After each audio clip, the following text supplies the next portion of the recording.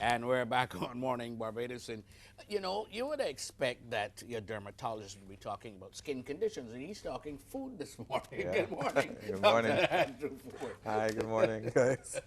And good morning, Cassandra. Good morning, Doug. Yeah, well, Good morning to you as well. Yeah. yes. Um, Seborrhoeic. I like the word. Seborrheic, yeah. Yeah, that's an It's interesting hard thing. to say. It is an interesting word. Yeah, but if you Uh, say it fast, no one will know what you're saying. Right. Seborrhoeic, you know? yeah, seborrheic dermatitis is one of the most common forms of dermatitis or eczema, and it tends to affect the face and also the folds of the skin. And it affects both age groups. It can affect babies from 3 months to 12 months, and it also affects adults, but it starts in after adolescence, it starts. But it is a very chronic, intermittent problem that's controlled. It isn't cured. We don't really know why people get it. And this picture shows the areas that are involved, the areas of the head and neck, the scalp, the eyebrows, the crease of the nose, around the mouth, middle of the chest, middle of the back, the folds of the skin, less commonly. But these are the areas that seborrheic dermatitis can affect. Does that mean it likes moisture? Well, yes, these initially it was thought that it had something to do with these glands called sebaceous glands. These are the greasy, these are the glands that produce oil. So it was thought that it had something to do with producing excess oil. But the scalp and the hairline are common areas of interest for the dermatitis, and you see people with discolored hairlines, either darker or lighter, and with dandruff, because you know dandruff is a very common thing, and most of us, a large proportion of individuals get dandruff for various causes. I've seen it, but I thought it was psoriasis. Yeah, well, actually it can look very similar to psoriasis. The difference between that and psoriasis is that psoriasis, the scales are a lot thicker, and also sometimes with psoriasis, if you remove scales, you can get a little bleeding. So it's the texture of the scales that really makes a difference. This just shows some redness in a Caucasian male, redness around the cheek area and around the nose. And in the second one, you can see the redness in the folds of the nose and in the areas that are hairy areas on the face, the beard areas. You can see redness, dryness, and peeling.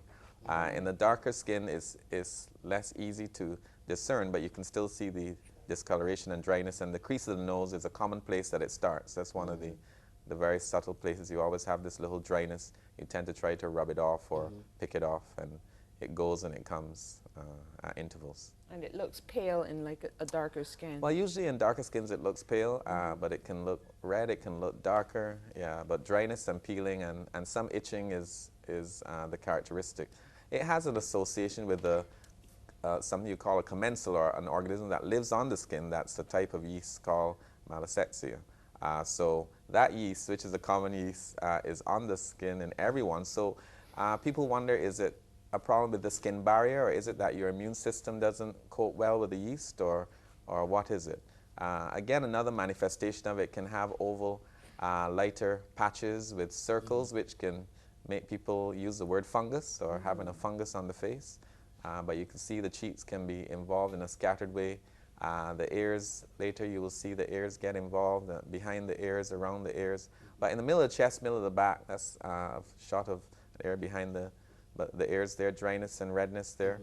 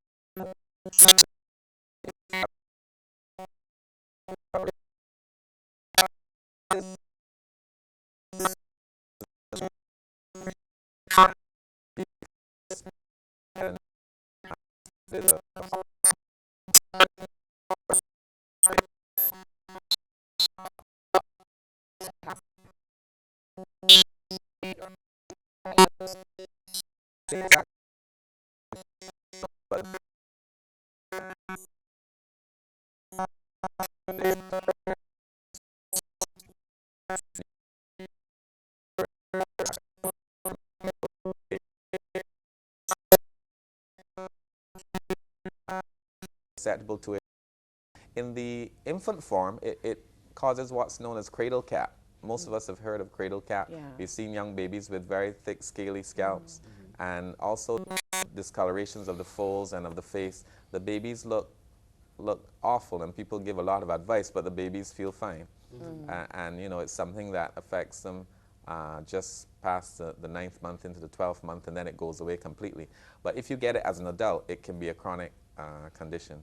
Sometimes if you, let's say you get a problem with your immune system late in life, it can be one of the first manifestations of your immune system being challenged. Okay. Now you've explained all that. The big question is, how do you treat it? Yes, how do you treat it? Well, when you start to feel those first symptoms of it and signs that something like it's walking through the scalp or itching, you have to start working on it, and you have to work on the various areas of scalp, the face, and the body. So when we talk about the scalp, various anti-dandruff shampoos help. They're antifungal shampoos. They're shampoos with selenium sulfide, zinc pyrethroid. Taking care of the scalp is very important, because you find that people with the condition, if your scalp gets out of control, everything gets out of control.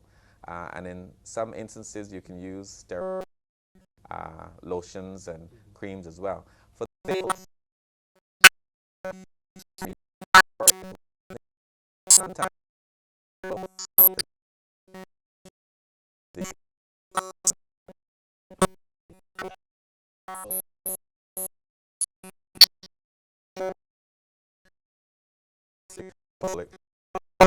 all these areas can be involved.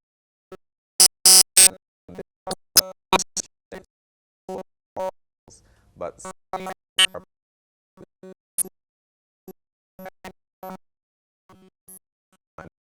What kind of clothing do you recommend in terms of fabrics people wear? I mean, again, with that, it needs to breathe. well,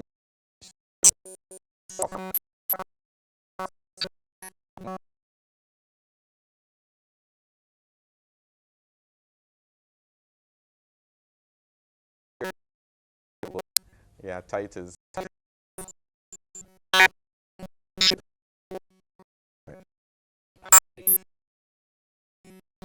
How long does it last? Thing you know you're stuck with for the rest of your natural life. Well, it can just go away spontaneously, but usually it can affect you for a few weeks. But for individuals who visited their doctor, they know about the condition and they know how to treat it. Within a week, you can have it controlled. Or if you're very alert and aware, you can tell when you're starting to get highly stressed and worked up, or there's something bothering you, you can tell it's coming on. If you intervene very quickly, you can shut down a flare-up in a matter of days. I know a lot about it because I've had it from third form at Commonwealth School. So, you know, it's something that affects lots of people. But over time, you can control it and manage it, and it doesn't really become a Well, how bother. have you managed it? Well, at first, I used to do some Frankenstein-like experiments on myself with varying degrees of success. But Which led to your profession, obviously. but it's important to be aware and to try to make life as calm and as stress-free as possible. Over time, I think one of the big lessons in life is managing stress, and we learn to do that with varying degrees of success. But the better you get, the better the outcome with your eczema. But intervention, early intervention at the earliest sign of the problem is important, so it won't get out of control. Does any medication have any side effects whatsoever? Well, Anything all else? medication has side effects, but some of the medicines that you use, let's say the steroid is the most important one. If you use a steroid for too long, you can get discoloration or thinning of the skin. But usually if you use it responsibly, you'll be fine.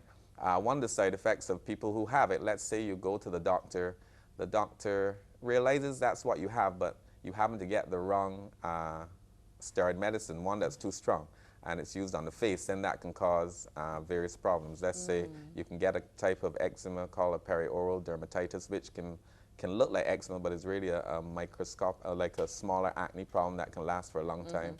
Or if you happen to get a fungus on your face, it can spread, because you know there's some ambiguity between how this appears and a fungus. So the important thing is to use the right strength, and that the weakest strength should be used on the face and also for a short time. There shouldn't be any steroid that's used for more than a week. One of the big problems we have in the country is your dermatologist or your doctor writes a prescription for steroid use, and it says use for a week or use for 10 days. And I find that a lot of pharmacists just write, use twice a day as directed.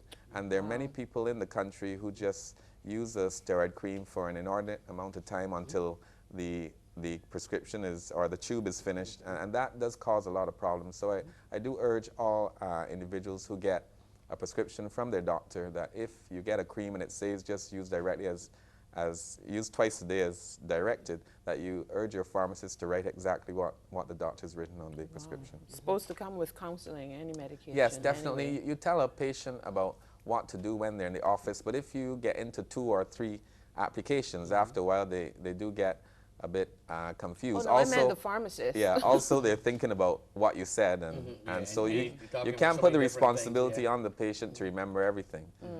So my question is now, what about environment? Does environment make this any worse at any time? Only cold environments cause a problem. So that can be a big problem. Like I remember when I was doing my dermatology finals in the UK, I started to get a flare-up of it, the cold weather, all the pressure of the final exam. So But then you could treat it. yeah, then I treated it. I treated it. Why the susceptibility among men more than women? Well, that's interesting. There's a train of thought that men are more stressed than women for Really? various reasons. But we could discuss that another time. But that's just something that we observe. I'm kind of curious about that. Yeah. All right. Well, it certainly is interesting, but it mimics a few other things. Yes, it looks a lot like psoriasis.